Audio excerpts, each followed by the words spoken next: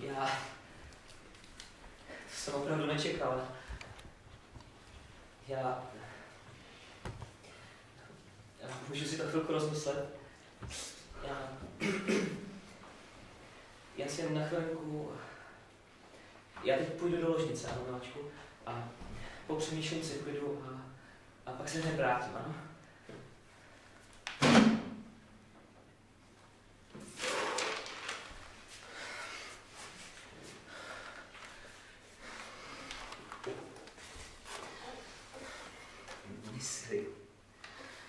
Chvíli mysli.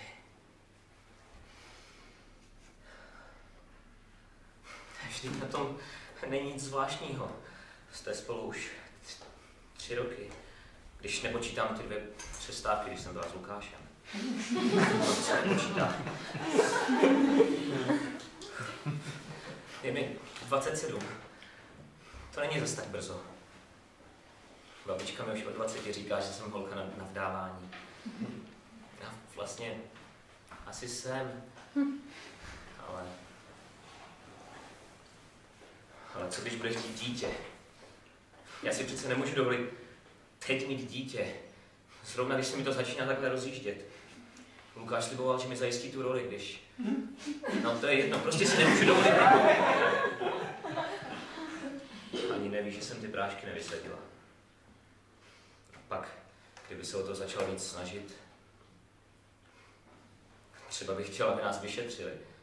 A co by asi zjistili? 2 potraty a hormonální antikoncepce. No to je logické, že nemůžete otěhotnět, když se předtím chráníte. Bože. Co by na to asi řekl? To by byl konec. To by mi neodpustil se všema těma řečma o ženským poslání a o předávání sama sebe. Ale co pak to nechápe? A jistě, že nechápe. Nepochopil ani, že jsem netoužila potom jít na manikúru, když mi ji k narozeninám koupil. Myslel si přece, že to tě potěší, miláčku. Vždyť tohle ženy normálně dělávají. No, normálně asi jo, no. Ale pro tebe je všechno normální.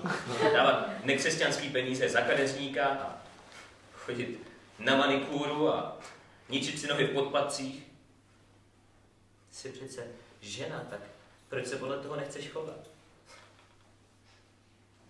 Jak se tvářil, když jsem si naposled dala velký pivo. Já jsem myslela, že vyletí z kůže. Ale miláčku, vždyť si říkala, že ti to ani nechutná.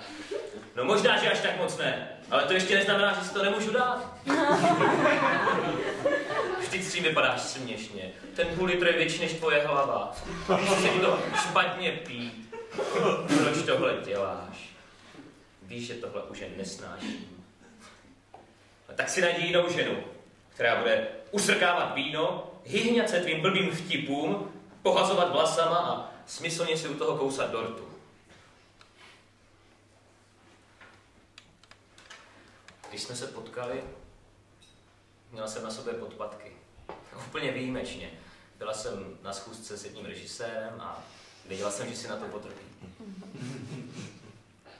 A když mě pak Martin pozval na kafe a celou dobu básnil o mých nohách, bylo mi ho trochu líto.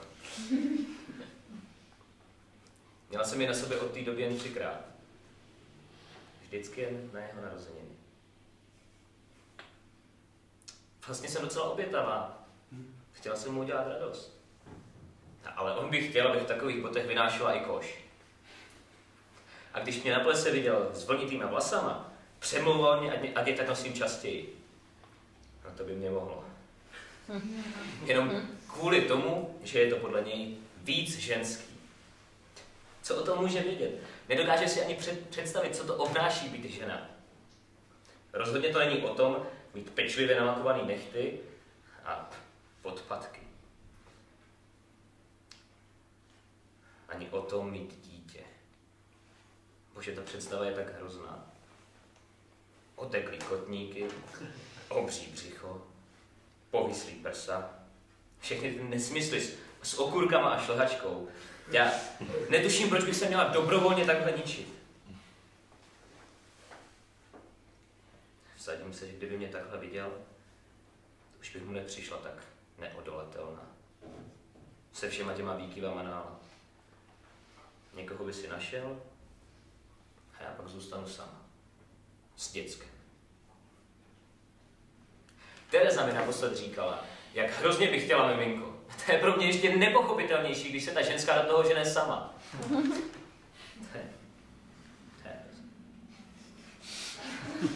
Žádný spánek, volný čas, postava zkažená, práce nikde, žádný zájem ze strany chlapů. Prostě tě to odrovná ve všech směrech. Jo, jasně. Tak proto. Chci si mě uvázat. Myslí, že když budu doma s dětskem, tak zapomenu na práci, která ho tak štve. A budu hezky doma vařit a prát a žehlit a mít nádobí a skládat mu košile, štupovat ponožky, utírat prach a dívat se na prostřeno.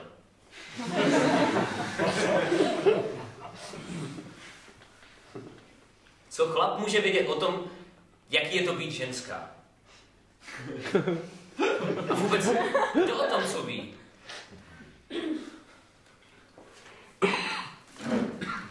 Žena.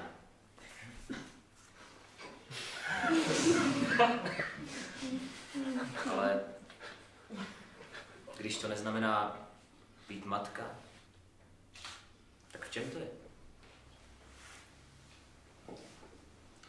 Jistě, nosím sukni. Jistě i si kvůli tomu holím nohy. A když náhodou zapomenu, tak jsem nechutná nebo přehnaně alternativní.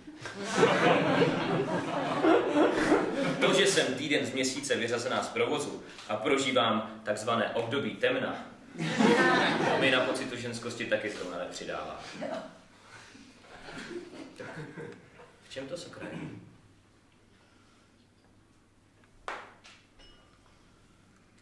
Vlasy jsem měla vždycky krátký. Maluju se to, jo, ale to můj spolužák ze střední taky. Jo, mám prsa. To je asi jeden ze základních atributů ženství. Ale já je nehodlám použít ke kojení, jak Bůh zamýšlel. Zadek. Zadek mám lepší než chlapy. Plnější. Prostě lepší. No, ale to asi taky nebude úplně zásadní.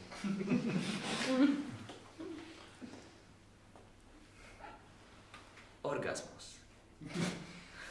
To je to, co mě definitivně odlišuje od chlapů. Ten by mi každý chlap záviděl. To, jaký pocit dokáže moje tělo vyvolat, to je to, proč bych nikdy nechtěla být chlapem. Jak spousta ženských tvrdí, já bych chtěla být chlap, mají to tak jednoduchý, nemusí rodit. No to ty taky ne, bože.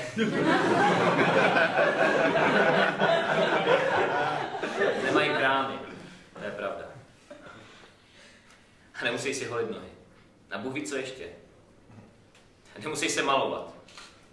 A když chlap podvádí ženskou, tak je to kanec. Zatímco ty, no to je fakt, to je pěkná blbost. Muži jako rozsévači. Ale ani za tohle bych svůj orgasmus nevyměnila. Jsem žena. Svatba.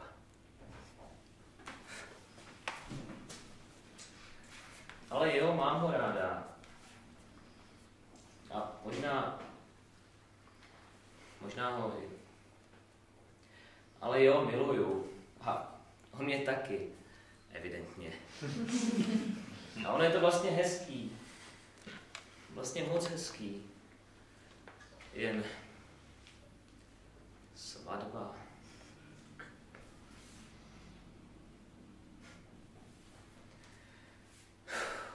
Svatba. Nevěsta. Šaty. Podpatky. Nechty, vlasy. Závoj. A kytice. všichni ti lidi. A dárky.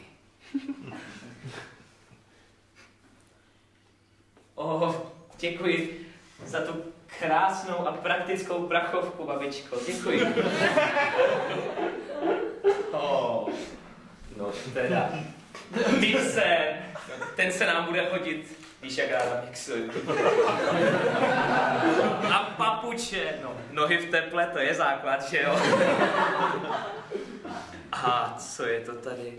Výbava do domácnosti, zástěra a utěrky a vařečky a no, prostírání a vida. Sada nožů. Děkuji.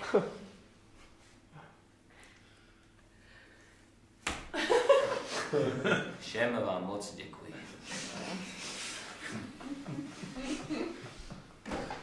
Svatba. Ale proč si mě pro Boha chce vzít? Ta jeho předtím byla krásná, dělala, co mu na očích viděla a on ji opustí kvůli mně. Teď mě žádá o ruku. Proč pro Boha?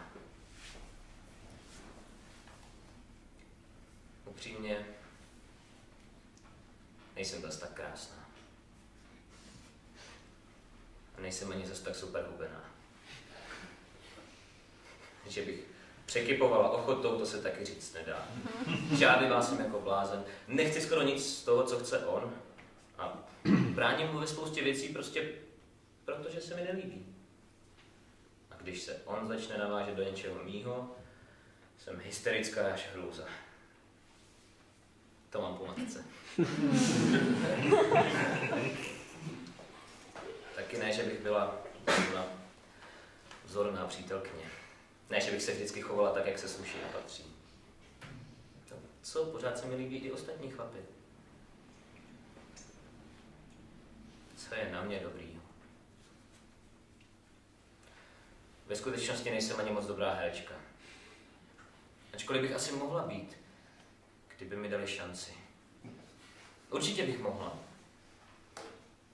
Ale i kdybych byla, on hraní nesnáší.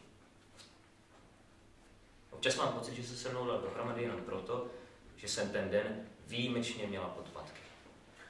A že on je Martin a já Martina. To musí být osud, nemyslíte?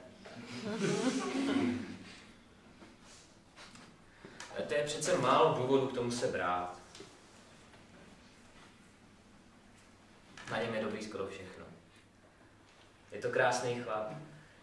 Takovej ten hodnej. Ale nejouda. Vařit umí. A má skvělou práci. Je společenský. Má spoustu přátel. Je zábavný a chytrej.